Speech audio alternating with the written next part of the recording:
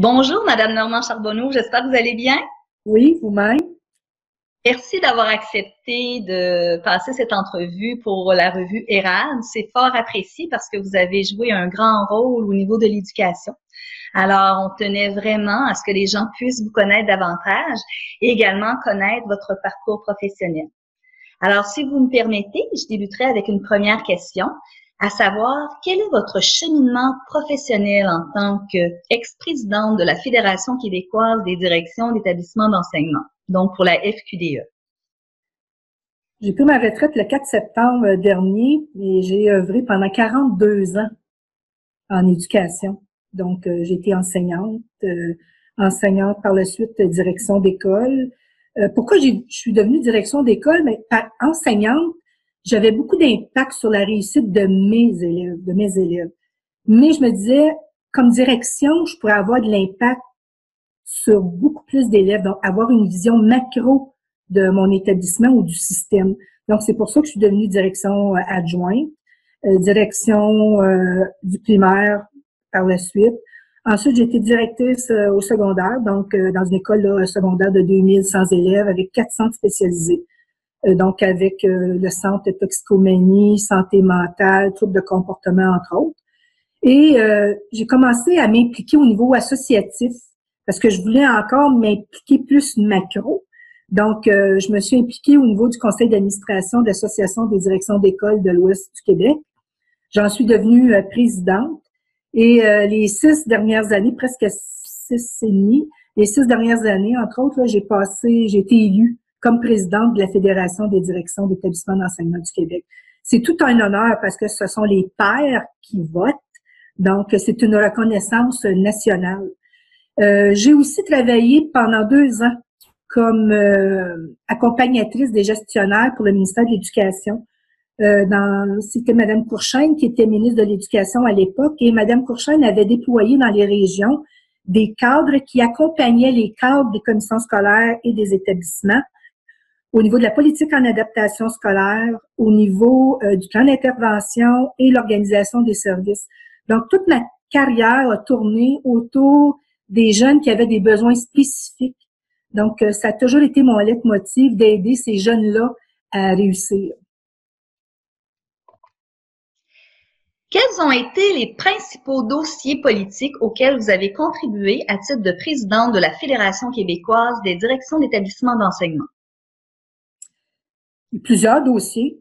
Donc, la Fédération, entre autres, est responsable du développement professionnel. Donc, je crois beaucoup aux compétences des directions d'établissement. Donc, plus que les gens développent des compétences, mieux ils vont être aptes là, à diriger leurs établissements. Mais un dossier qui m'a vraiment tenu à cœur, c'est de démontrer au ministre de l'Éducation, et là, je suis obligée de mettre au ministre avec un X à O et un S à ministre, parce qu'on en a eu plusieurs en éducation au Québec, mais là, de leur démontrer que la direction d'établissement avait beaucoup d'impact sur la réussite des élèves. Et quand la gestion axée sur les résultats est arrivée, on était beaucoup dans un système qui était top-down. Donc, le haut, les paliers du haut disaient aux établissements quoi faire. Mais si tu veux motiver ton équipe école, si tu veux que ton équipe école soit partie prenante de la réussite des élèves, il faut que tu leur laisses prendre des décisions. Donc, j'ai travaillé beaucoup à démontrer que ce qu'il fallait dans les établissements, puis qu'est-ce qu'il fallait dans le réseau, c'était une gouvernance de proximité à géométrie variable, parce que les établissements sont différents, mais de laisser, quand c'est possible, de prendre des décisions localement. Et c'est ce qu'on a vu avec le projet de loi 105, je crois là, que c'est en novembre 2016, où le principe de subsidiarité a été mis dans la loi. Le principe de subsidiarité, là, ça dit entre autres que si tu es capable, dans l'organisation, de laisser prendre la décision près de l'élève, tu la laisses, cette décision-là, d'être prise près des élèves. Et ce dont je suis fière, c'est dans ce projet de loi-là, dans la définition du principe de subsidiarité, vous irez le voir, là, il y a un mot que c'est moi qui a fait mettre ce mot-là. Je me suis battue pour que ce mot-là soit dans la définition. Et ce mot-là, c'est le mot élève. Donc, quand on dit que une direction s'est battue pour argumenter, pour faire mettre dans un article de loi le mot élève, c'est pour vous démontrer comment le système, c'était vraiment du top-down et que on était dans un système avec des paliers, mais même si on disait que l'élève est au cœur de la réussite, les décisions ne se prenaient pas localement. Donc là, le fait qu'on a mis le mot élève, ça vient dire que les décisions, il faut qu'ils se prennent à l'école, dans l'établissement, avec toute la communauté éducative. Dans le cadre de vos fonctions à titre de présidente de la FQDE, avez-vous développé des collaborations internationales? Si oui, avec quel pays et dans le cadre de quel projet? Les membres de la FQDE, les directions d'établissement qui sont membres de la FQDE, ils ont une grande expertise. Donc, j'ai toujours cru au développement international de notre profession. Ça permet d'échanger, de voir les bons coups, de voir comment on peut modifier certaines choses pour, dans le fond, améliorer la réussite des élèves. Donc, pendant 4 ans et même encore cette année, j'ai développé, là, en partenariat avec la France, avec l'École supérieure d'éducation nationale, un partenariat pour un échange d'expertise lors de la formation des chefs d'établissement de la France. Donc, des membres de la FQDE, on se rend à Poitiers pour assister à la formation des chefs d'établissement qui sont nouvellement entrés en fonction. Et on est capable d'échanger de l'expertise là au niveau là des rôles et fonctions, mais au niveau du système d'éducation de la France et du Québec. Aussi au niveau de l'Afrique, il y a des grands besoins au niveau de la formation des chefs d'établissement. Et quand je parle des chefs d'établissement, c'est aussi les directions adjointes. Là. Au niveau là du Togo, donc on a eu j'ai mis en place là avec des partenariats un projet à Lomé pour accompagner des directions d'établissement. Entre autres, un autre à Haïti au niveau de la formation professionnelle. Il y a des grands besoins dans certains pays au niveau de l'accompagnement des chefs d'établissement et je crois sincèrement que de rencontrer ces gens-là, d'échanger, même s'ils n'ont pas toutes les ressources nécessaires, fait que ça a fait une différence dans leur vie. Puis ils voient que faut pas lâcher comme chef d'établissement, qu'on peut faire une différence là, dans notre établissement. Et ces projets-là, je les ai faits en partenariat aussi avec une chercheure, Madame Lalancette, parce que j'ai accompagné cette chercheure-là tout au long du processus. Je vous disais tantôt que la Fédération, on travaille aussi au niveau du développement professionnel, au niveau de la gouvernance en scolaire. Parce qu'au Québec, il n'y avait pas grand-chose au niveau de la gouvernance scolaire au Québec. Et notre étude sur la gouvernance avec la chercheure a fait qu'on a beaucoup influencé le gouvernement au niveau de la gouvernance. Donc, je crois beaucoup au niveau là, de la recherche, les partenariats qu'on peut faire avec les universités. On peut faire avancer le système d'éducation. Et c'est ce que j'ai voulu démontrer aussi dans les pays en Afrique, entre autres, et en France, comment les pratiques probantes, toutes les pratiques efficaces, efficientes là, qu'on commence à vivre au Québec ont de l'influence sur les résultats scolaires des élèves. Selon votre perspective, quels sont les principaux changements souhaitables pour alléger la fonction de direction d'établissement d'enseignement au Québec? Dans un premier temps, je vous dirais que les compressions de près d'1 milliard que le système d'éducation au Québec a vécu, on a parlé beaucoup de la réussite des élèves, on a parlé là, de diminution de ressources, mais on a rarement parlé de diminution de direction d'établissement. Et c'est un constat qu'on a fait, nous, avec des chiffres à l'appui là, du ministère.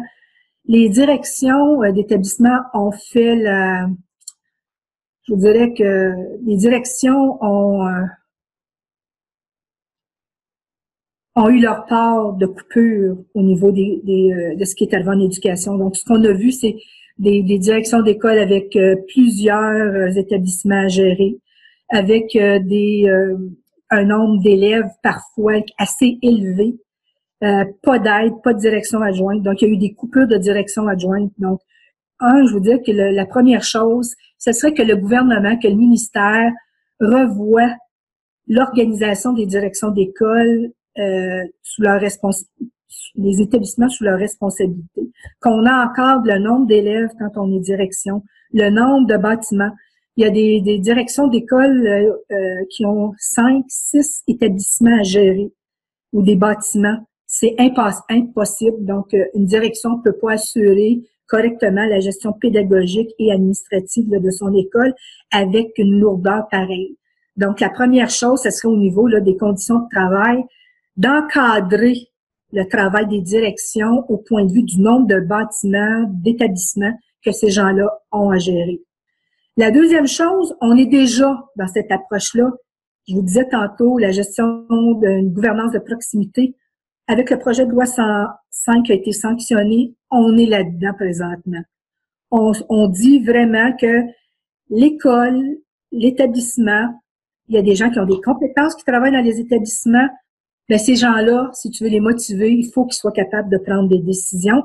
Et on est dans cette optique-là, même si on vient de changer de gouvernement présentement, le gouvernement caquiste est vraiment pour une gouvernance de proximité. Et ce que ça va demander aux directions, par exemple, ça va demander un haut savoir au niveau des compétences. Donc, des gens qui sont capables de faire de l'autoréflexion, qui sont capables de réguler, des gens qui sont capables d'être à l'écoute, qui sont capables de travailler avec les autres. Parce que, je vous disais tantôt que la subsidiarité, prendre des décisions près de l'élève, ça veut dire de la décentralisation aussi. Mais ça ne veut pas dire que les directions, c'est eux, dans le fond, qui vont prendre toutes les décisions. Ces directions-là, il faut qu'ils travaillent avec leur équipe école, avec tous les corps d'emploi, avec les parents, avec la communauté, pour qu'enfin, tout le monde travaille ensemble pour la réussite des élèves. Parce qu'on attribue trop souvent la responsabilité de l'élève à l'école. Donc, l'école, c'est pas juste le lieu physique, c'est tout ce qui tourne autour de l'école. Donc, c'est les défis que les directions d'école devront faire face. Et ce que je leur disais, les directions futures, les directions présentes aussi, ce sont des directions qui doivent avoir du courage, qui doivent oser s'exprimer, mais aussi oser agir, et ce, dans le meilleur intérêt de leur établissement et de leurs élèves et de tous les élèves. En terminant, Madame Normand Charbonneau, auriez-vous des recommandations à émettre aux aspirants à la fonction de direction d'établissement d'enseignement au Québec? La première chose, quand tu es enseignante, tu veux faire une différence au niveau de la réussite de tes élèves. Je dirais que les directions qui veulent entrer en poste, il faut que ce soit là pour les bonnes raisons. Donc, tu veux être là pour, dans le fond, améliorer la réussite des élèves et non pas pour avoir un titre de direction d'établissement et d'avoir un pouvoir de décision. Parce qu'il faut comprendre que quand tu deviens direction d'école, oui, la loi te donne de l'autorité, mais tu dois aussi assurer une espèce de leadership, une espèce d'autorité informelle, de pouvoir informel avec ton équipe école. Donc, ce que je dirais aux directions, il faut que tu sois là pour les bonnes raisons. Ne pas avoir peur d'avoir du leadership, de permettre aux gens autour de toi de participer à la prise de décision.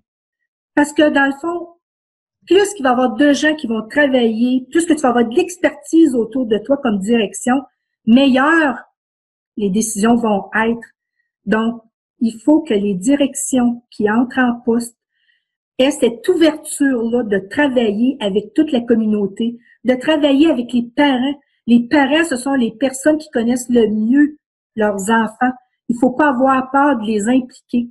Donc, c'est ce que je souhaite aux nouvelles directions qui vont entrer en poste, c'est d'être là pour faire la différence. Mais comment faire la différence? C'est un peu s'oublier comme personne pour mettre nos compétences, qu'elles soient personnelles ou professionnelles, au service de toute la communauté pour, dans le fond, que les élèves réussissent mieux. Bravo. Donc, il y en a beaucoup, là, France, là, qui vont là pour le titre. Peux-tu dire aussi que... Madame Normand Charbonneau, auriez-vous d'autres points à ajouter à cette entrevue?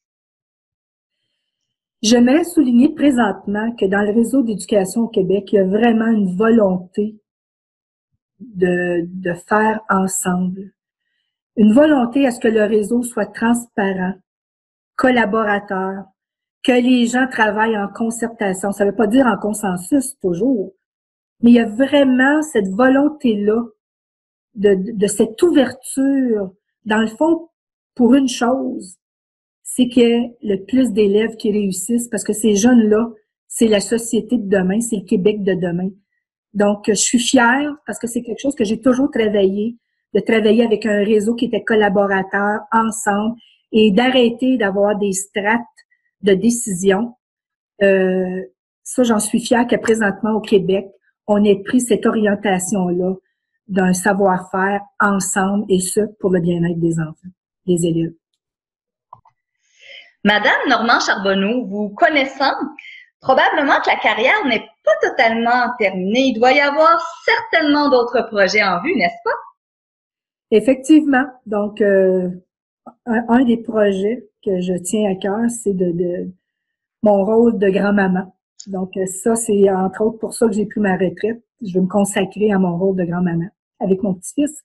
Mais je continue. C'est impossible pour moi là de pas continuer à vouloir que le réseau s'améliore. Donc, oui, j'ai des projets là futurs là qui touchent aussi l'éducation, mais à un niveau où je suis capable de concilier ma famille et l'éducation. Et effectivement, là, avec mes 42 années en éducation, là, c'est impossible pour moi d'arrêter complètement.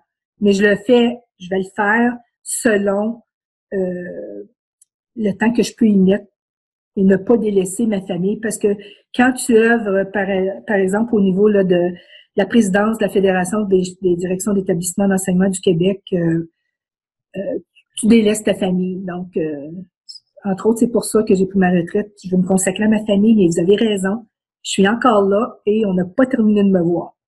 Donc, Madame Normand Charbonneau, je tiens sincèrement à vous remercier du temps consacré à la revue ERAD. Donc, vous êtes une source d'inspiration, vous êtes un modèle. Donc, merci beaucoup pour ce temps et merci pour ce que vous avez fait pour les directions d'établissements d'enseignement au Québec. Et je voudrais vous remercier, vous aussi. Je remercie vos membres, votre regroupement, d'avoir pensé à me souligner. Donc, je vous remercie sincèrement.